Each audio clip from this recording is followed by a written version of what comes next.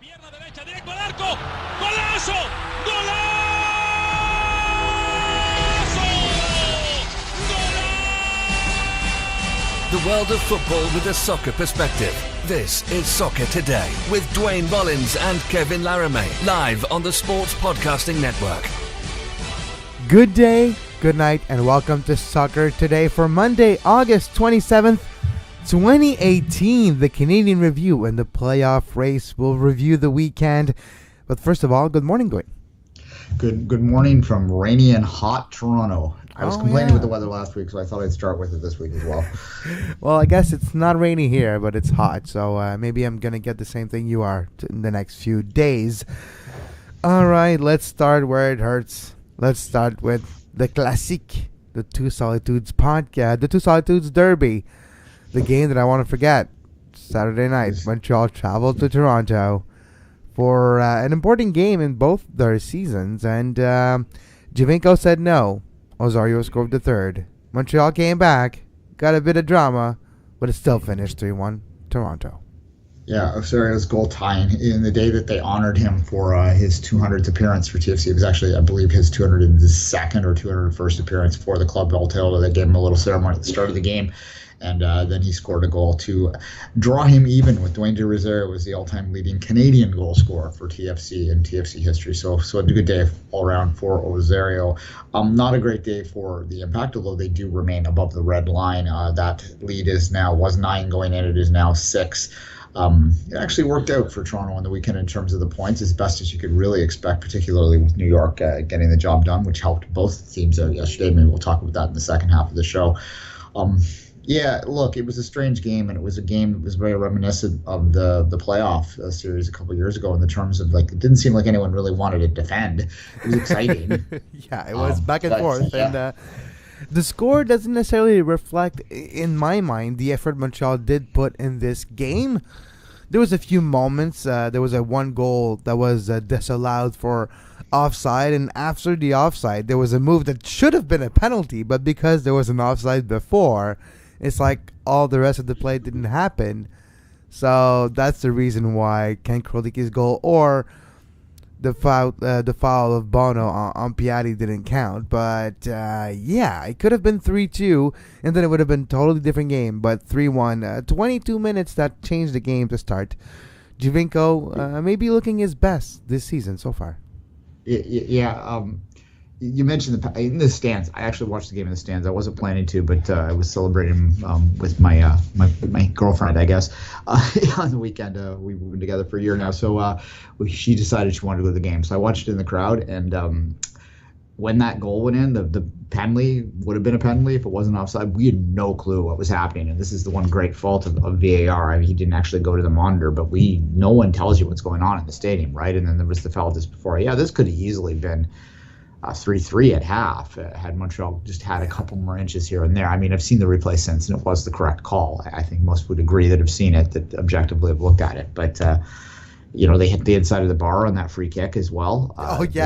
Silva. What a free kick by Silva. It hit the crossbar, then hit Bono, then hit the other bar, and went out.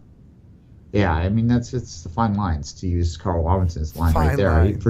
For sure. You mentioned the 22 minutes, and that's the first 10 minutes of the game. TFC came out kind of lethargic, and then Giovinco got that break, and those are harder to score on than people realize. Those pure breakaways when they have so much time. We saw it with Delgado a few minutes later. But Delgado was even more open, and that was such a smart move. I don't know if people picked up on that. He was in an offside position, but the foul was just inside TFC's half, so he could not be offside on that play, and Toronto recognized that and got him in for a full breakaway, but he couldn't convert there. So crazy wide open first half. It tightened up a bit in the second, obviously, and TFC managed to close the game out 3-1. But yeah, I mean, it illustrates all the reasons why, if you're a TFC fan, and we'll talk about the Montreal perspective in a minute, but it illustrates all the reasons why, if you're a TFC fan, you should feel a little bit of hope that they can run off 5 or 6 in a row and maybe get back in this thing, and also illustrates all the reasons why you should doubt that, because they're great offensively. They really are, and they're truly dangerous offensively when they have the two big guys going, and Josie will be back next week, and Josie looked great obviously against Vancouver last year. So when they're there, they score, and they've been scoring a boatload of goals for the last 2 months. They started the season kind of struggling that way. And that was their problem. They were producing lots of opportunities and they weren't scoring. Now they're scoring lots and they are producing lots and they're scoring and they're converting lots, and that's dangerous. But then the other side of that is they have not looked right defensively since the CCL run. Yeah. Drew Moore is just getting back in here. Zavaleta is having a down season. Drew Moore saved the goal. Drew Moore saved the goal, in the 80-something minute where Bono was caught in no man's land and he was way away from goal. And Montreal got a scoring chance right there. Drew Moore at the right place at the right time, on the line, cleared it. And at that point, it had been 3-2. And the end of the game was chippy a bit where Montreal was pressing forward. And Montreal, even though they were trailing 3-0 at one point and then 3-1, in the second half, at moments, Montreal were putting a lot of pressure on Toronto, getting a lot of chances and seeing Toronto panic defend. And Toronto were lucky at 2 or 3 occasions to not concede. This game, yes, it was a 3-1, it was 3-0, but it could have been really different if one thing here or there would have been different. A game of inches, fine lines. Bono did not look that great, like the last few weeks, but Montreal could have got something out of this game. They felt the vulnerability off of Toronto, but couldn't convert. Yeah, it's that defensive vulnerability, as you say. They just haven't right. TFC, I have to go look, but I suspect that Mavinga and Moore, which is their preferred starting pair, have appeared together less than 15-20% of TFC's games, even if it's as high this year. And once again, they did not. And when they have anything less than their full strength out there, it really has struggling. And I think they've also lost something. We were talking about this in the stands after. I think Beitashore's move away has really hurt this club in more ways than they'd like to admit. That was maybe a mistake they made to let him walk. He provided a stability which I think allowed the defense to force forward a little bit more on the other side. It really released Morrow last year. Morrow's been hurt this year as well, so that's impacted them. But I think without that anchor back there, both with Moore and with Beidashore last year, and then you put Mavinga with a little more aggressive and you put Morrow with a little more aggressive, it was a nice balance they had at the back last year that just simply has not been able to be replicated this year. And I think it's really played a major role in what has been TFC's vulnerability. If they're going to make the playoffs, and it is still I think that the odds, if you look at those stats, things put it at something like 25% or something after the win on the weekend. Which is, Montreal has like 28%, if I'm not mistaken, or 29 at this point. Because points on the board are points in the pocket, but it's still very, very close. Just a string of bad results could see Montreal or Philly fall out of that playoff spot. Yeah, no, precisely. And we don't think Columbus is going to collapse, although I'm starting to wonder whether they're in the conversation too. But there's an announcement coming, which can happen, right? We've seen a logo pop up last week. There's season tickets being sold right now in 2 different cities for the same club. If Precourt makes an announcement, I can see Columbus not caring about the crew even more than now.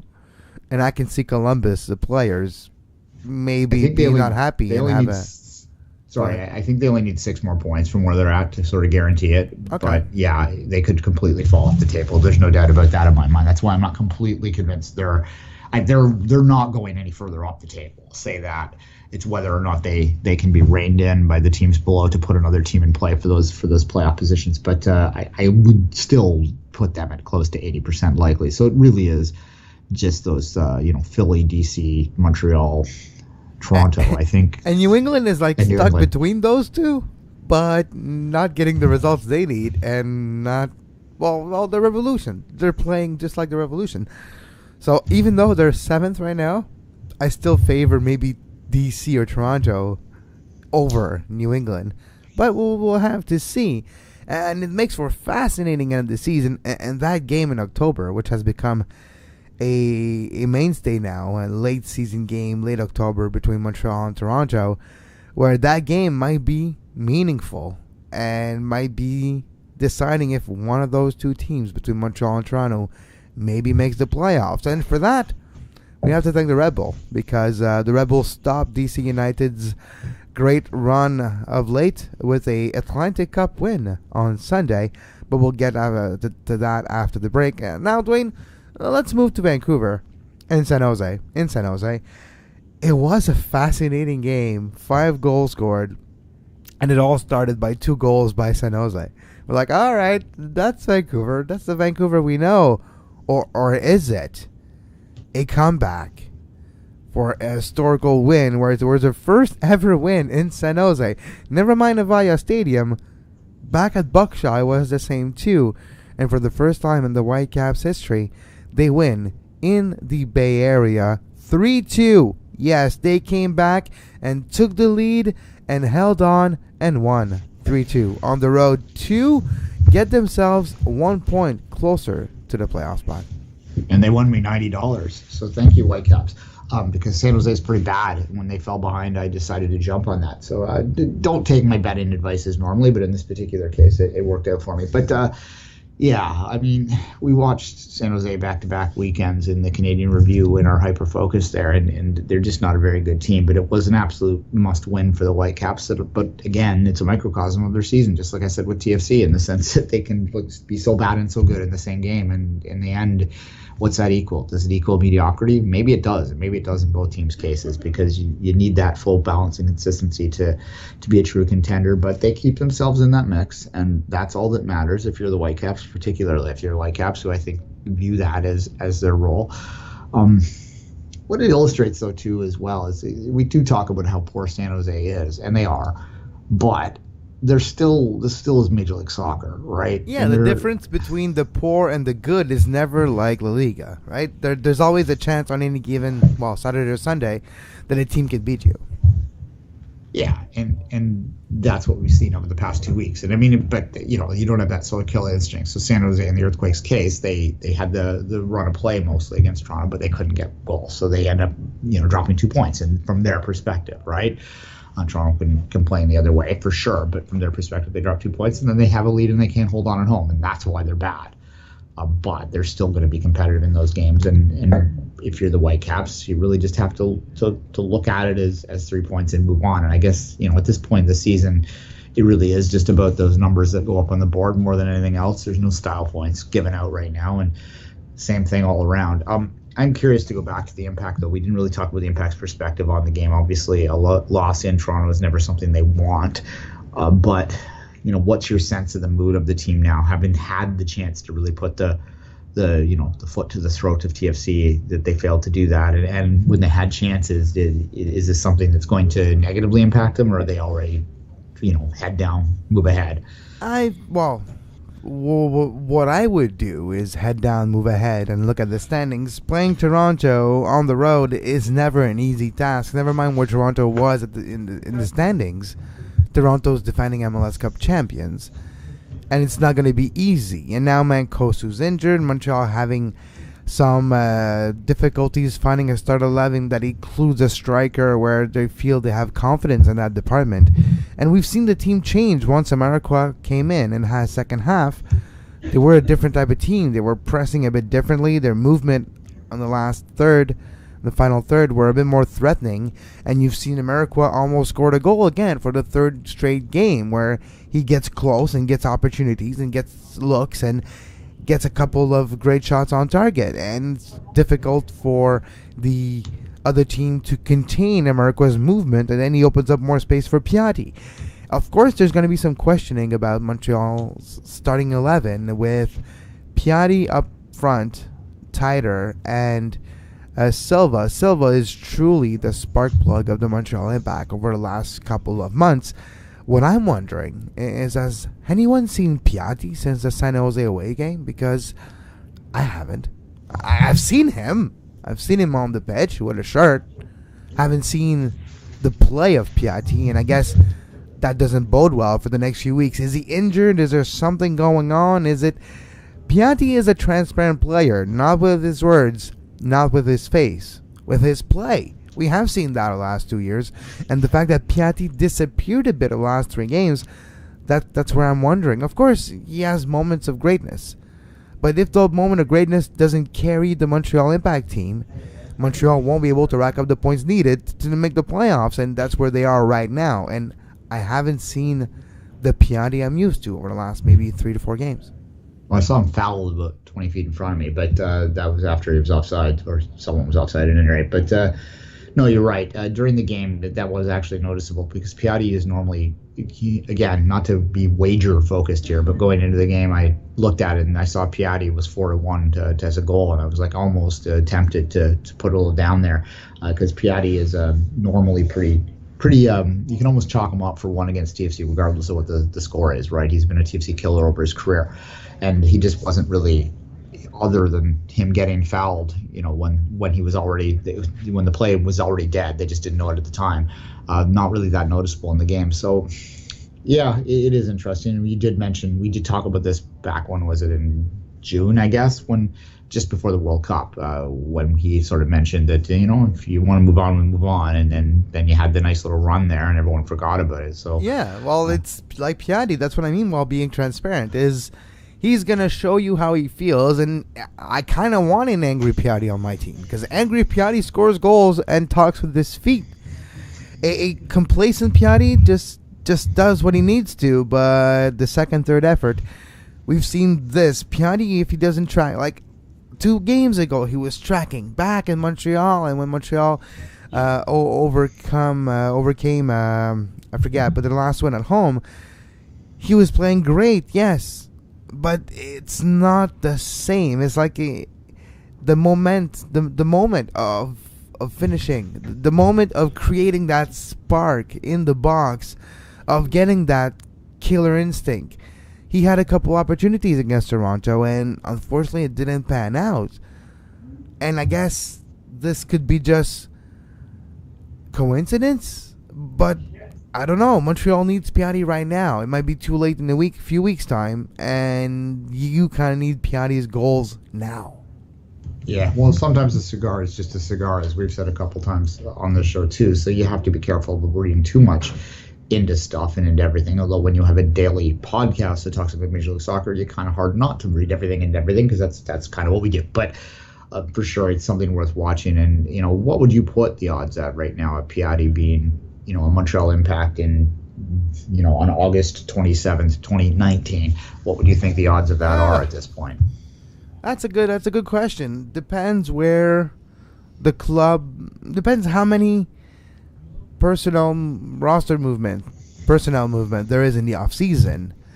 Do I expect Rémi Garde to finally put this roster the way he wants? I kind of do.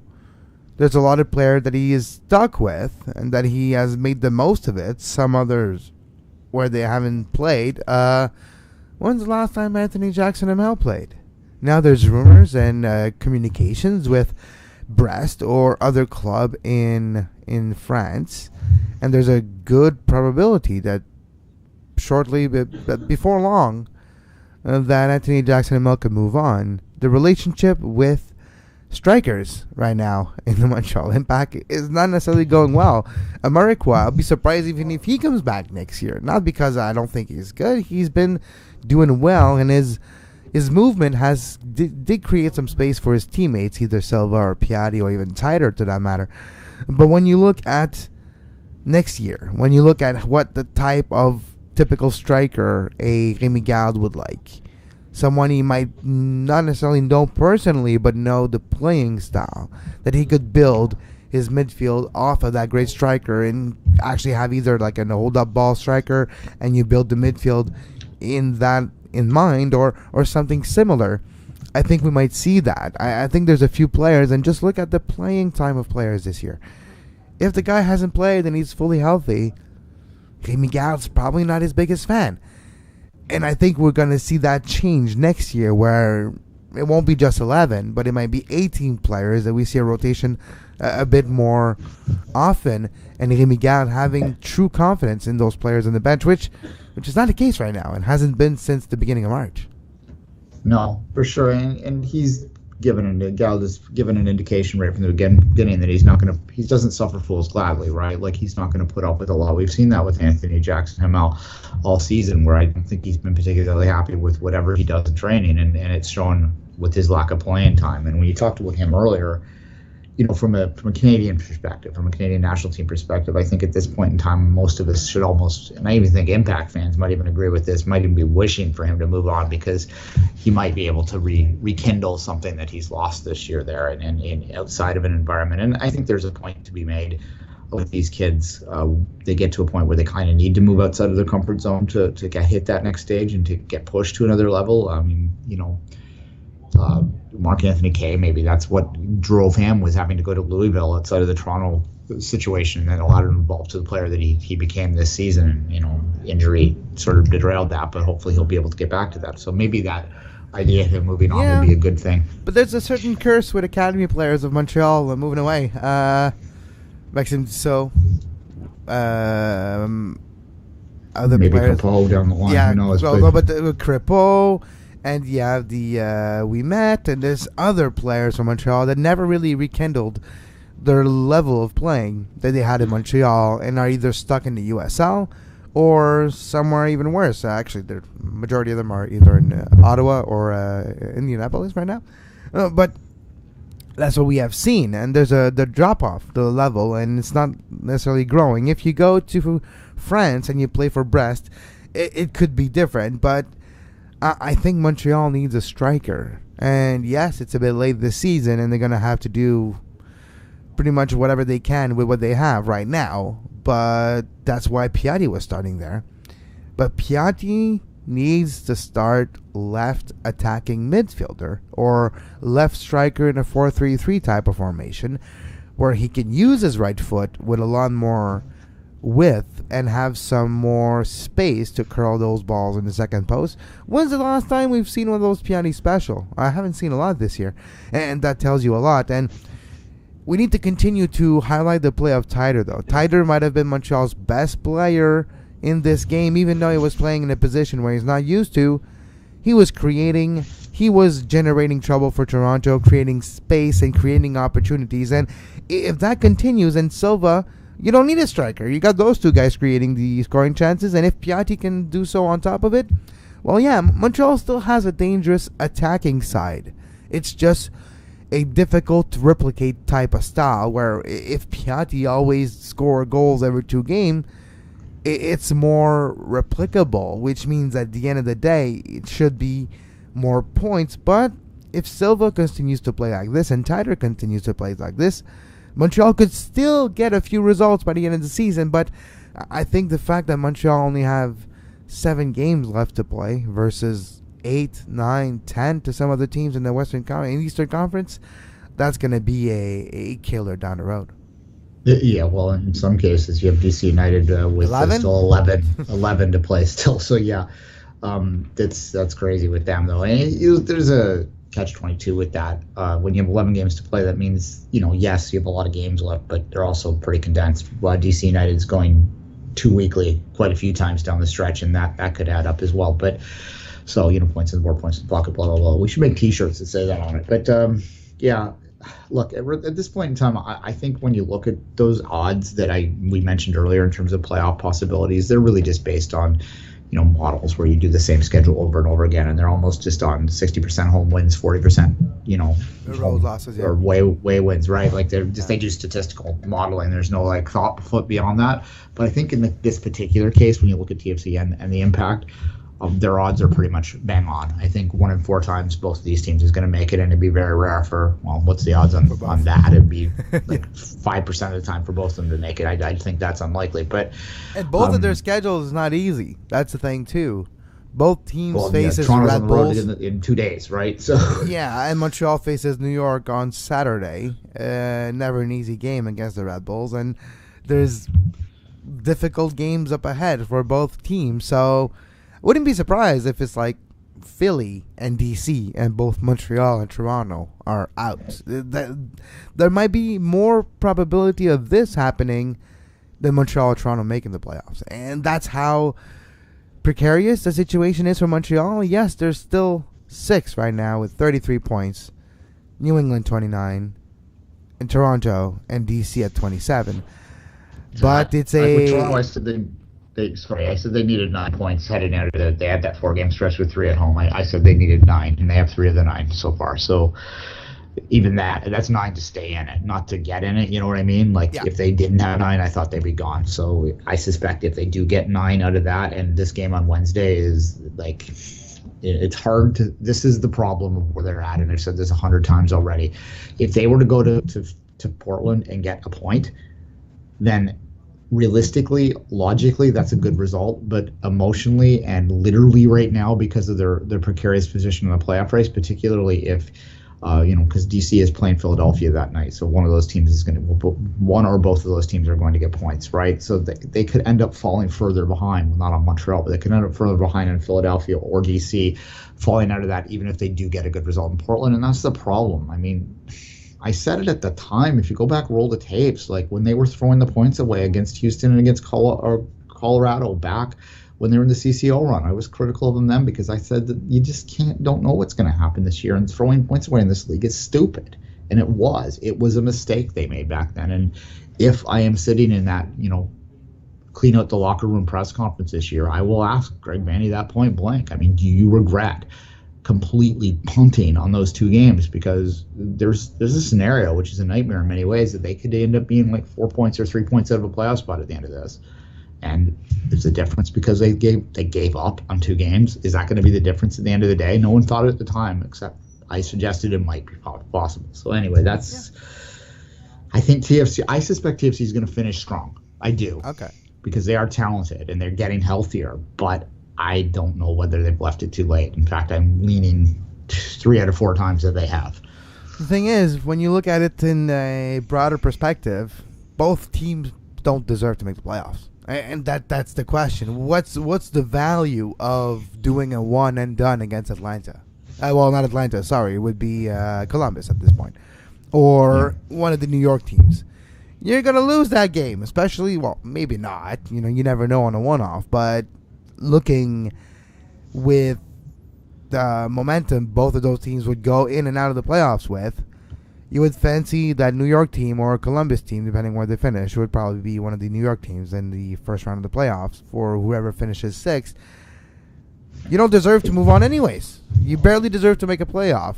You had a season where it's going to be probably a record low points to make the playoffs in Major League Soccer in the Eastern Conference this year. So even though it could be beneficial for one of those 2 teams to make the playoffs, you have to keep in mind 2019 is already in the planning, and 2018 is just trying to be salvaged, and that's for both Montreal and Toronto.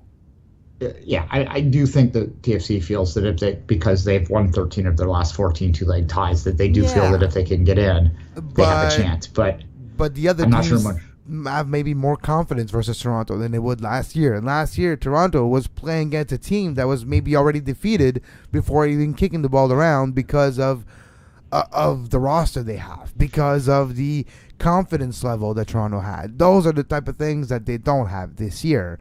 And in New York and Atlanta, NYCFC playing against Toronto, they feel they are the favorites and not already 2 goals down. The mentality. No, for sure. I wouldn't suggest for a moment that they would be an easy run. I would just think from if you're looking at Montreal and Toronto, comparing them, the team that will be most disappointed by missing the playoffs will be TFC, because at this point they probably do feel that they can get to an MLS Cup final from 6th place. I'm not sure the Impact feel the same way. They'd like to get the experience of a playoff game, I'm sure, and it would help them in the market, but they're not going to lose sleep if they miss. If they end up 7th, they probably at the start of the season we were pegging Montreal for near the bottom of the East. A lot of people were.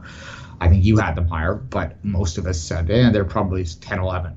And they've to me, Montreal's exceeded expectations this year. They're ahead of the plan. So if they do sneak in, then really that's just a game of experience, so that next year that some of the players have felt what it feels like, and that will help them next year. Whereas if Toronto sneaks in, then the pressure's back on them. It's going to be a reset button, and everyone's going to say, okay, you're the champions, prove it again. And if they disappoint then it's a doubly disappointing season, and no one's going to remember that Voyageurs Cup, and they're going to go into the CCL next year no one thinking they have a chance.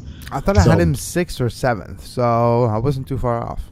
I was actually pretty bad on, but yeah. All right, let's take a look at the standings before we say goodbye for today, Duane, quickly. Eastern Conference, it didn't really change this weekend, but Atlanta, 54 points, top of the Eastern Conference standings with 8 games left. Then you have the Red Bulls, 26 games played, 52 points, 2 points back. NYCFC third with 48 points. Columbus fourth with 40 points with their draw against Chicago. Duane, that's a question for you. Chicago's in Germany right now for Bastian Schweinsteiger's return to Munich. Geez, you talk about a good time to go cross Atlantic just for training sessions and a testimonial game against one of the best teams in the world. Why in the world would you go to Munich when you're kind of in a playoff race? Maybe have they given up already? That's a possibility. What are they doing there? Why would you do that? Money, I guess, or that's part of the deal. I don't know. I mean, they're the fire. What are you going to say at this point? And as I say, if you look at I might go back and see what their record is from the All-Star break last year when they hosted the All-Star game till now. It's probably, I wouldn't shock me if they're the worst record in the league since that point. And we were talking about them having made a turnaround last year halfway through the season. It turned out that we jumped the shark on that one. We jumped the ship on that one, right? Yeah. They jumped the shark about 2003, but that's neither here nor there. It's a shame. It's a real shame in terms of what's happening in Chicago. It's just a market that just can't get itself together. And even though they're not a 96er, they're that weird 98er, but they seem like one of those original teams. And it's kind of been of a sad year for the original teams. Although DC's turning it back around. Look, you said not much changed in the East this week. I think the one thing that did change is that there was at least, a bit of a road bump put on the DC United freight train, which has pushed them down and probably dampened their enthusiasm a little bit, although they still have so many games in hand that you would have to think that they would still be considered pretty happy. I think that the Red Bulls, by doing that, have really made a statement as well. Other than that, Montreal lost the opportunity, as we said, to really solidify themselves. You think about it, that result is reversed for them. They're right now, it's you're pretty much thinking that they're down at that point. They'd be 6-7 points up. Yeah. But that didn't happen. Woulda, coulda, shoulda. But that would have been an amazing result for them. It didn't happen, and now that leads there's still a battle there to be had. And now again, let's go to the playoff race in the Eastern Conference. Philadelphia 36 points with 9 games left. Montreal 7 games left, 33 points. New England 9 games left, 29 points. And then DC United with a whopping 11 games left and 27 points, followed by Toronto, 27 points, and as well 9 games left. Chicago, 24 points, not out of it, statistically speaking, but morally speaking, they are. But they have 7 games left, too. So their team in the same situation as Montreal, but they have 24 points. So pretty much Chicago is done and dusted. And then you got Orlando that might have 9 games left and 23 points, but they feel that they are bottom of the East anyways, and Orlando might not be able to recover from their terrible form as of late. Now, quickly, in the Western Conference, before we say goodbye for today, LA Galaxy. Look who's above the red line. Seattle's above the red line with their great play of late, and they have 9 games left with 38 points. Real Salt Lake is not out of trouble yet. They have only 7 games left and 41 points. They could drop down really quickly. The thing is, from position number 4, 41-point RSL, you got only 4 points to the outside of the playoffs. Seattle, 38 points in 5th position. And 6th, the LA Galaxy, doing what we thought they would and going down the standings. Only 7 games left and 38 points. Portland right now is 7, but Portland has 10 games left. Only 1 point behind the 6th spot that gives a playoff game. And the 5th spot is the same, and they're only 4 points away from Salt Lake. So LAFC, 43 points, 3rd. But even then, look, Dallas is 1st in the Western Conference with 46. Then SKC with 45, 43, 41, 38, 38. This is so... Yeah, you mentioned RSL being 5 or 4 points from missing the playoffs, or 5 points from the top of the conference. Exactly. Right? It's a 4-point swing either way. So it's going to be fascinating to see what happens. And in my mind, the only 2 teams that realistically has a shot of making the playoff from the outside now looking in is Portland and Vancouver. Vancouver, yes, they have 2 games played more than Portland at 37 points.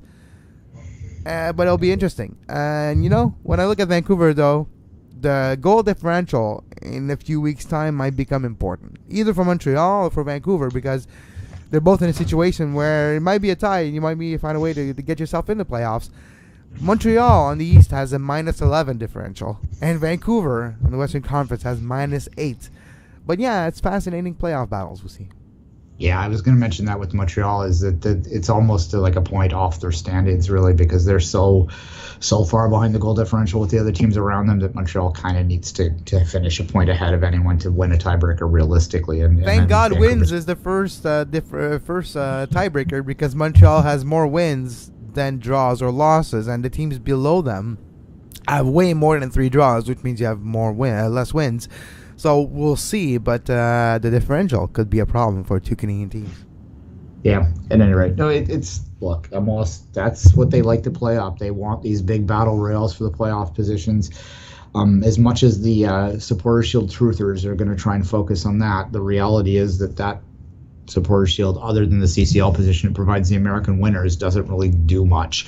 It doesn't really mean much. It's home advantage throughout, but in this league, that's not a big deal playing the second game of a series at home. And I guess where that does come into play is in the MLS Cup final. But other than that, it's a long way to get there. So really, the battle that we're going to be focused on for the most part are those teams that have struggled for a lot of the year, that are either getting hot at the right time or getting cold at the wrong time. And we'll see. And look, if we finish it this way, I mean, if you had just quick bullet off the top of your head, what in your mind was the biggest story of this past week? That's interesting. For me, the biggest story of the past week was probably Joseph Martinez beating the record, scoring a very nice goal with attitude and with some cojones by overstepping, cross step, and then chipping the keeper for the winner, where Atlanta, again, great victory. But Joseph Martinez scored 28th goal, and he's got 8 games left to add to the record.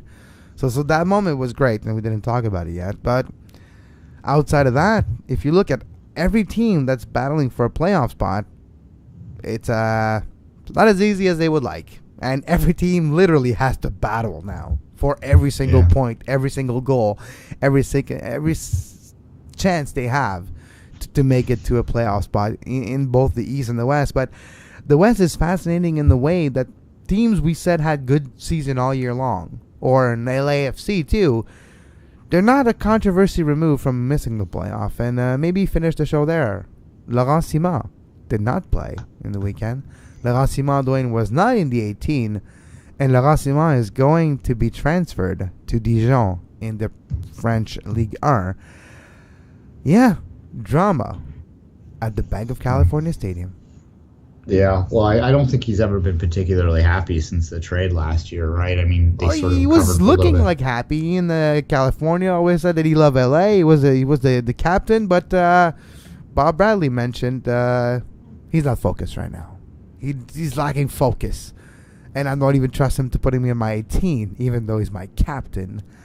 So I guess Laurent Simon has a return to Europe in the plans. We don't know for sure, but let's put a human face on this for a second. I mean, one of the reasons they came to Montreal obviously was for the autism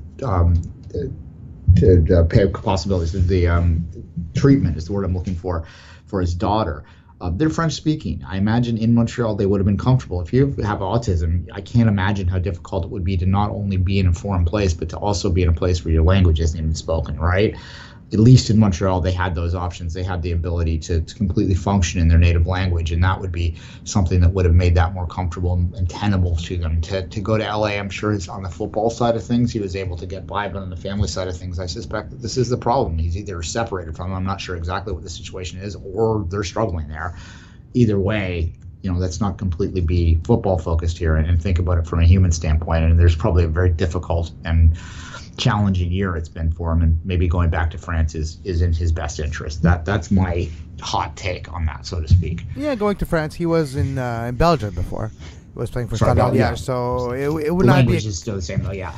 Yeah, it is, but I don't think that's the reason why he was not necessarily happy in LA. He was adopted by the supporters' cultures really quickly as one of the faces of the club. he was treated very well and was actually trusted on free kicks to take them a lot this season. Football-wise, it was great. Family-wise, we'll see. I think it's a situation where it's a bit of both, where he was separated for a long period of time with the family staying in Montreal, but for a long period of time, the family was coming over to LA too. And yes, you mentioned the language barrier, but Diana Simon does speak English, and their daughters care. You can find a way to have that being done in French, even in LA. That's not necessarily a barrier at that point. And I think the rest of what you said might be more true, where even football-wise, he could see his play diminish, and he can see that he needs to be in a different league and experience something else. And sometimes don't disregard a conflict of personalities between a Bob Bradley and a Laurent Simon, two totally different spectrum of characters and behaviors. And we'll see where this leads. But according to Nicolas Martineau, he is going to go to Dijon. And that's Dijon is probably a good level for him at this point of his career too. So maybe this works out for everyone involved. If the Alley gets a little bit of money out of it, maybe perhaps as well. Interesting stuff. Certainly a lot more battles to go throughout this year. We'll probably have to leave it there today, Kevin. But lots of stuff going on today. We haven't talked about the Premier League yet. Yes, we'll get to Wolves taking a point off City, and as long as opposing teams are allowed to volleyball spike the ball into the net the rest of the season, City's in trouble. Chelsea, Liverpool, top of the league. And as always, you can follow Duane on Twitter at 24th Minute and myself at Kev Laramee. We'll be back tomorrow with more of the world of football with a soccer perspective. Until then, as always, have a great soccer. You can find the podcast version of all the shows we do on iTunes, Apple Podcast, Google Play Store, TuneIn Radio, iHeartRadio, and anywhere you get your podcast.